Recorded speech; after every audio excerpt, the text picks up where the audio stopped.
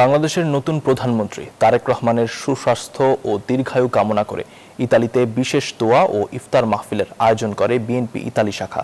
মাহফিলে প্রধানমন্ত্রীর বাবা মায়ের আত্মার মাগফিরাত কামনা করা হয়। স্থানীয় সময় রোববার মিলান শহরের একটি মসজিদে অনুষ্ঠিত মাহফিলে বিএনপি ও এর অঙ্গ সংগঠনের নেতাকর্মী সহ বিপুল সংখ্যক প্রবাসী বাংলাদেশি অংশ নেন। সভাপতিত্ব করেন মিলান বিএনপির সাবেক সভাপতি হুসাইন মোহাম্মদ মনির এবং সঞ্চালনা করেন ইতালি উত্তর স্বেচ্ছাসেবক দলের আহ্বায়ক আজমতুল্লাহ শিকদার রবিন। দলের দোয়া চাই, তার রুহের মাগফিরাত কামনা করি এবং শহীদ প্রেসিডেন্ট জিয়াউর রহমানের রুহের মাগফিরাত কামনা করি।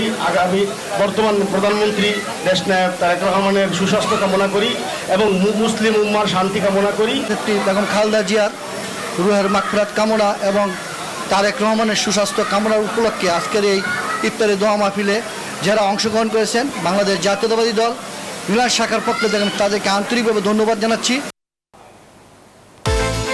বিকাশ পেমেন্টে 10,000 টাকার বেশি অফার। শপিং চলছে তো।